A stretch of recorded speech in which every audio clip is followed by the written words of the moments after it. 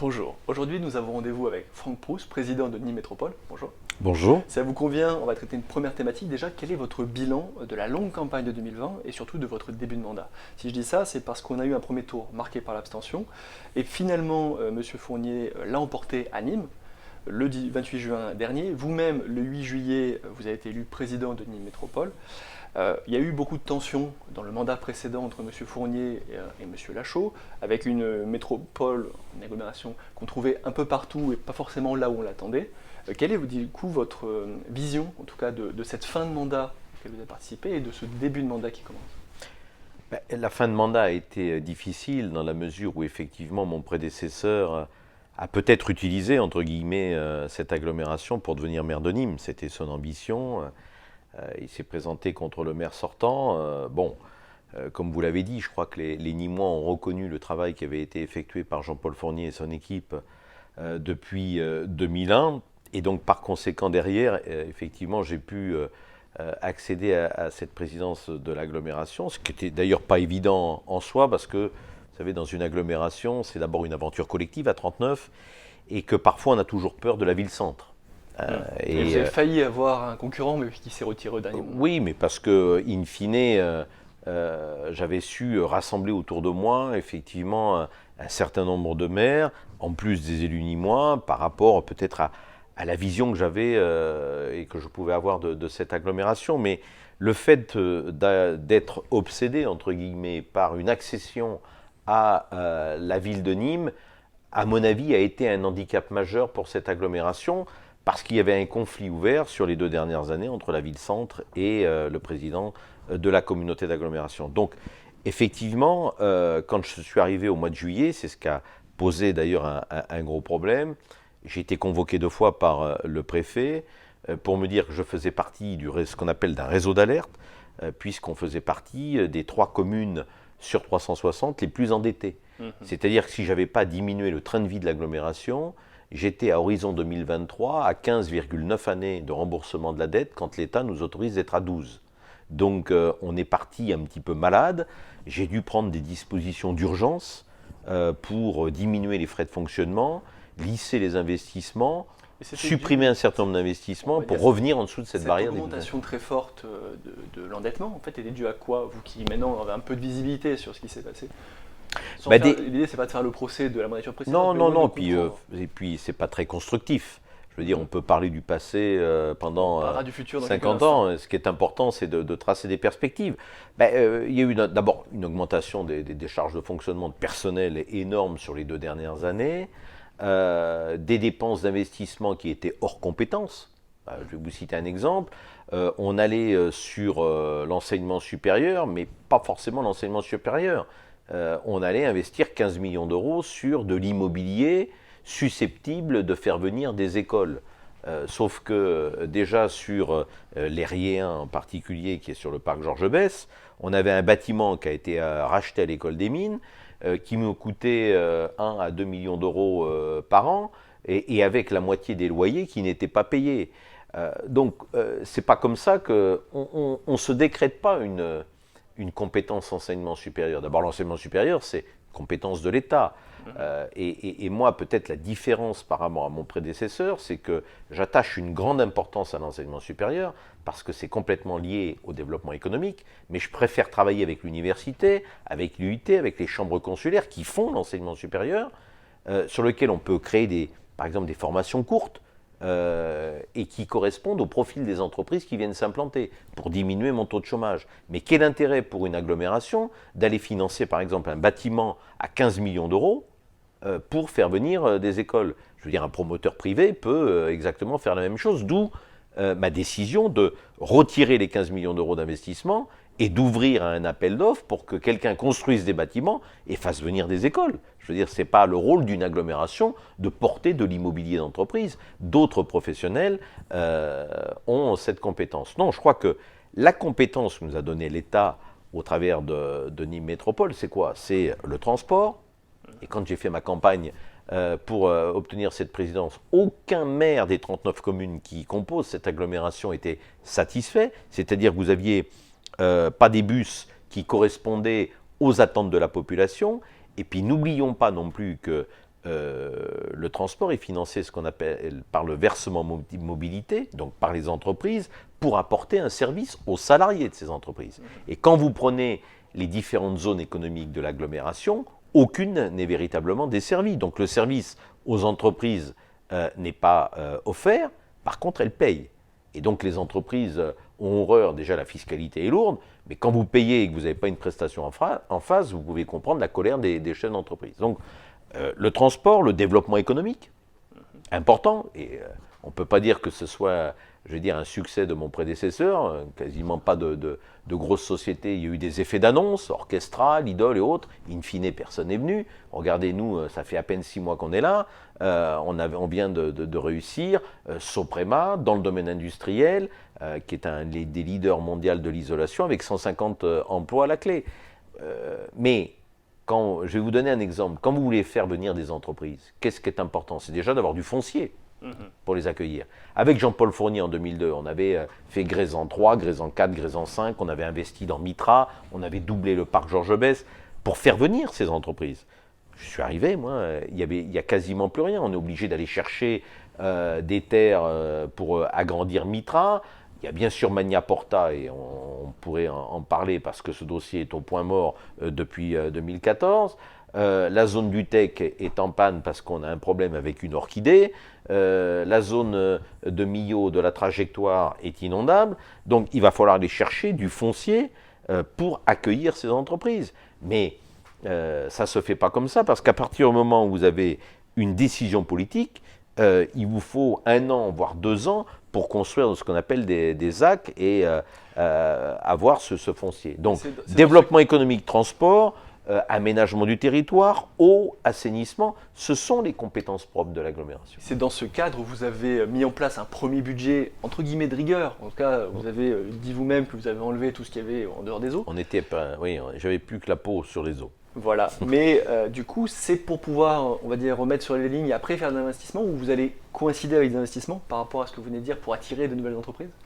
Alors, la philosophie qui a guidé la construction de ce premier budget, c'est déjà de se remettre dans les clous, quoi, par rapport aux réunions avec le préfet et ce qu'on appelle la DGFiP, qui surveille les finances des collectivités locales. Donc j'ai été présenté le 17 février, avant de présenter ce budget au Conseil communautaire, mon budget à la préfecture, qui a validé quelque part les choix qui ont été faits. C'est-à-dire que je ramène dès la première année l'endettement en dessous de 12 années, autorisé par l'État.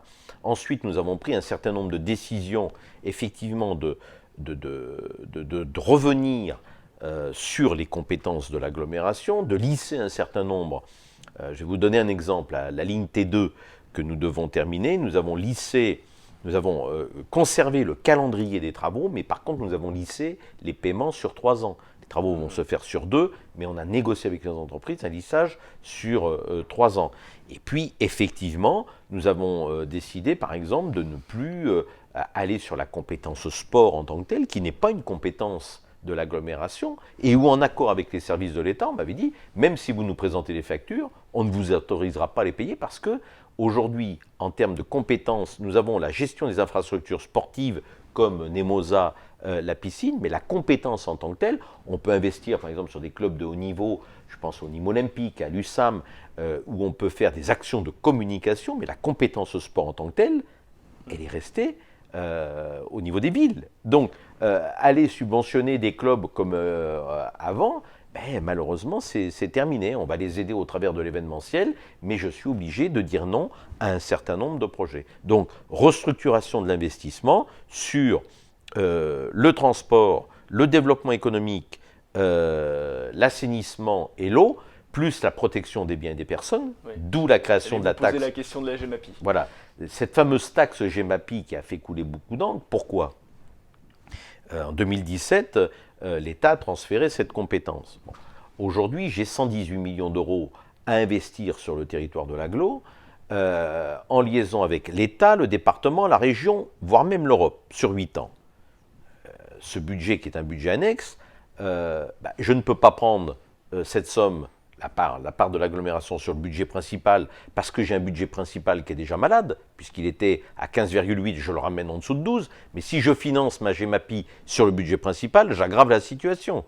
Donc ça, c'est pas possible. Donc, cette taxe Gemapi qu'ont instauré la plupart des agglomérations qui sont, comme nous ici à Nîmes, sujets aux aléas climatiques. Dont les épisodes Cévenol. Les épisodes Cévenol, on a été traumatisés depuis le 3 octobre 88 à Nîmes, c'est quasiment tous les 2-3 ans, on a un épisode. Dernier épisode dans les Cévennes, mais on a vu ce qui s'est passé dans les Alpes-Maritimes, donc tout le monde a une taxe Gemapi qu'on a essayé de minimiser au maximum pour ne pas impacter les foyers fiscaux de manière trop importante, parce qu'aujourd'hui on vit une situation qui est difficile. Mais c'était une obligation de mettre cette taxe pour financer ces 118 millions d'euros qui sont essentiels pour protéger. Il y a eu ce qu'on appelle un PAPI 1, un PAPI 2, mais pour qu'on puisse protéger l'ensemble de l'agglomération, en liaison aussi avec les autres, ce qu'on appelle les EPTB, qui gèrent aussi tout ce qui est ruissellement, parce qu'il y a la phase amont et aval, j'étais obligé d'instaurer cette taxe Gemapi. Et puis, il y a le problème aussi, une des compétences de l'agglomération, c'est la collecte et le traitement des ordures ménagères. On allait y venir. Mon premier vice-président, Frédéric Touzelier, avait tiré la sonnette d'alarme. On a été descendu d'une moyenne de 18,5%, je crois, en taux de l'atome, à 10,71. Et il avait dit, à force de baisser aussi bas, à un moment donné, on va être obligé de remonter le taux parce qu'on va être déficitaire. Aujourd'hui, ce qu'on avait annoncé en 2017 est arrivé, c'est-à-dire que j'avais un déficit structurel de 2,5 millions d'euros. Je n'ai pas le droit de financer le budget annexe par le budget principal, donc je suis obligé de mettre un point de taxe de plus à 11,71, non pas pour faire des bénéfices, mais pour simplement équilibrer mes budgets, sachant que je dois garder 3 millions de réserves en cas de catastrophe naturelle pour pouvoir répondre aux besoins. Donc, voilà, deux taxes qui sont en augmentation, d'un point pour l'atome, de 0,73 pour la Gemapi. Par contre, je me suis refusé à augmenter la CFE pour les entreprises et d'instaurer, comme certaines agglomérations, un impôt purement communautaire sur le foncier. D'autres agglomérations, comme à Béziers, comme à Poitiers ou autres, que j'ai eu 300% d'augmentation, je me suis refusé à ce qu'il y ait une taxe foncière supplémentaire, c'est-à-dire une ligne où vous auriez un impôt spécifique à l'agglomération. Donc voilà, c'est un choix, maîtrise des charges de fonctionnement. Je rappelle que j'ai dégraissé, entre guillemets, de 10% les effectifs de l'agglo, on s'est séparé de 50 personnes sur 500, on a maîtrisé les charges, on a fait encore 7 millions d'euros d'économies sur le budget de fonctionnement, ce qui est énorme, c'est près d'un effort de 15% dès la première année, pour pouvoir continuer à avoir une enveloppe sur les investissements qui soit une enveloppe quand même importante, parce que on parle de reprise. On sait très bien que par rapport à la situation que nous vivons aujourd'hui, la relance ne pourra se faire qu'au travers de l'investissement public. Nous avons un rôle de relancer les T2, les travaux à droite et à gauche. C'est par l'investissement public que la relance des entreprises va se faire aussi. Donc c'est important. On sait que jusqu'en 2023, je ne vais pas vous cacher la vérité, on a une situation qui est difficile.